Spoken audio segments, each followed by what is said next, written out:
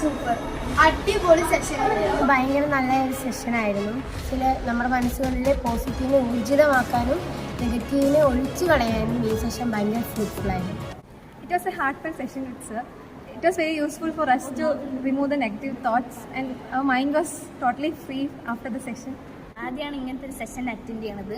ചെയ്യാൻ പറ്റാത്ത കാര്യങ്ങളൊക്കെ കുറേ ചെയ്തപ്പോൾ എനിക്ക് നല്ല കോൺഫിഡൻസ് ഒക്കെ ഉണ്ടായിരുന്നു. ഈ സെഷൻ നല്ല വെരി ഇൻഫോർമേറ്റീവ് സെഷൻ.